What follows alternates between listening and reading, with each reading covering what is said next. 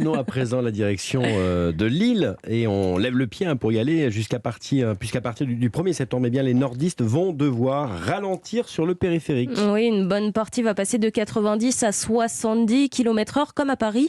Objectif, limiter les accidents, les bouchons et la pollution alors que 90 000 véhicules circulent sur le périphérique lillois tous les jours. Le reportage de notre correspondant Maximilien Carlier. C'est une route nationale à 3 voies située au nord-est de Lille. Dans un peu plus d'un mois, baisse de la vitesse de 20 km/h, incompréhensible pour Romain qui emprunte cet axe tous les jours. Le périph' lillois à 70, c'est une aberration. De toute façon, ça va être encore pour foutre des procès. Et puis, on sait que c'est intenable, qu'on ne peut pas tenir 70, c'est pas possible.